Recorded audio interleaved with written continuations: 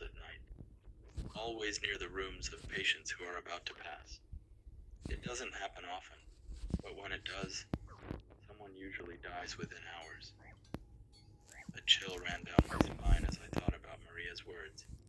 She had seen a priest. He had prayed with her, comforted her. Could it have been him?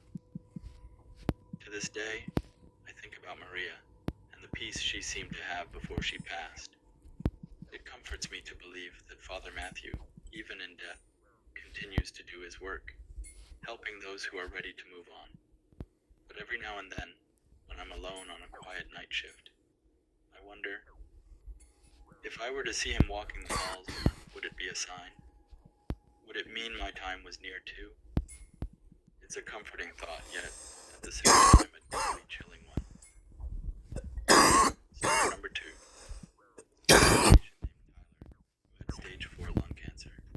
He was 48 years old and had been smoking since he was 14. Tyler was admitted to room 6 because he was struggling to breathe. He refused to take most of his medications, insisting that the only medicine he wanted was for pain relief. While in the hospital, Tyler would often go outside to smoke. Since he had an IV in his right arm, he had to cover it with tape and gauze each time he went out. This was to prevent him from accidentally contaminating or using the IV improperly while smoking outside. I remember having him as my patient for 2 nights. Each time he went out, I wrapped his arm for him. 4 days later, I came back to work for my evening shift. It was 7 p.m., dark and cold outside. As I approached the hospital entrance, I saw Tyler standing outside, leaning against the wall and smoking a 60-year. Trying to get some sleep. Maria frowned and pointed behind me. She's right there, sitting by her bed. I stepped aside and asked Maria to show me where she saw Judy.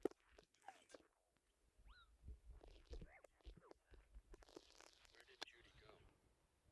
She was just sitting there, waiting for someone to help her. I reassured Maria again, reminding her that Judy was there, encouraging her to get some rest. After pulling the blanket up to her mouth, I told her good night.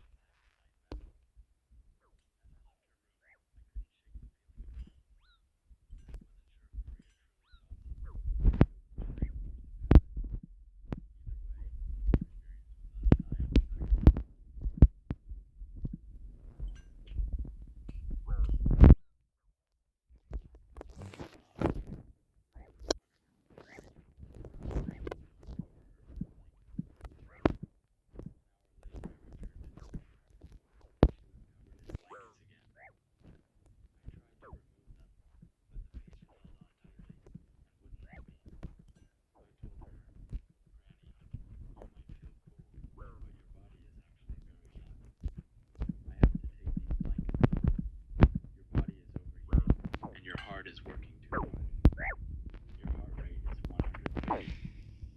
She reluctantly let go, and I pulled the blankets down to her. The next night, she wasn't doing well, and the doctor spoke to her family. They began dressing her in traditional funeral attire again, expecting the worst. In some cultures, the sick must be dressed in traditional funeral attire before they pass. Once again, she didn't pass that night. After that shift, I had 3 days off. When I returned to work, my coworkers told me the family had decided to take her home. They arranged for hospice care, and a home nurse would check on her. I was shocked. She had been so sick I couldn't believe she was still alive. That's awesome.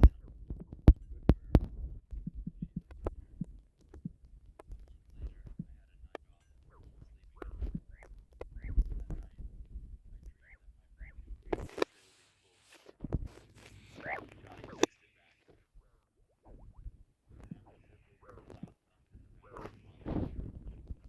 They went to check. They found her on the floor. She had gotten up to use the bathroom and fell. The right side of her head hit the corner of the sink. There was blood everywhere. The ambulance brought her back here, but she was already dead when they arrived. I couldn't sleep after reading that text. She must have came to take my blanket.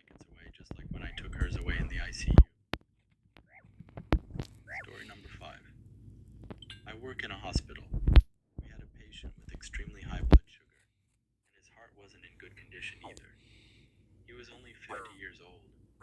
He was in a lot of pain, so we gave him pain medication that made him sleepy most of the time so he wouldn't feel the pain. This patient has a lot of comorbidities. The doctors knew he wouldn't make it, so they spoke to the family about taking him off life support.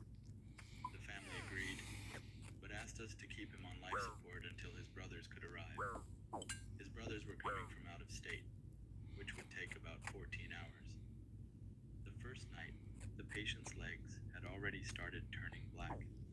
His circulation was so bad that his toes were becoming cyanotic. When my shift ended, I went home. When I came back the following night, his legs looked awful, with large blisters forming from his feet all the way up to his buttocks. His infections were bad, and the medications we were giving him helped to stabilize his blood pressures, but it also contributed to his poor blood circulations.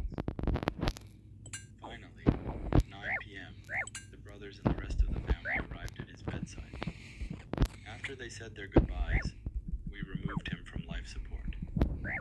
He passed away within 5 minutes. The family stayed